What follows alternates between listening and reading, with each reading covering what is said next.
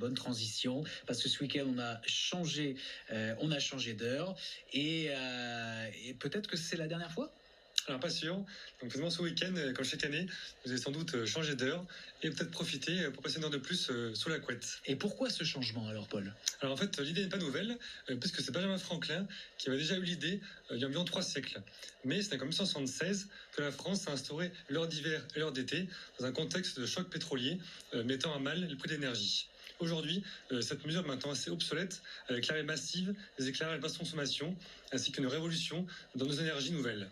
Et est-ce qu'on va un jour, Paul, oui ou non, arrêter ce changement d'heure? Alors en 2018, le Parlement européen a voté la fin de ce changement d'heure, mais entre-temps le Covid est passé par là, il y a des dossiers du coup plus importants à traiter.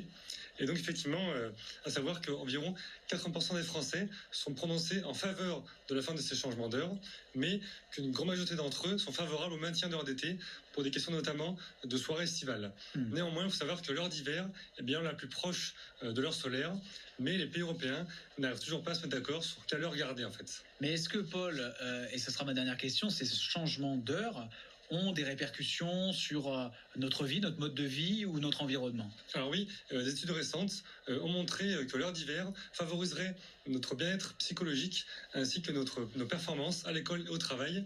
À l'inverse, cela engendrerait plus d'accidents de la route entre des véhicules et des piétons, notamment dans les jours qui suivent les changements d'heure.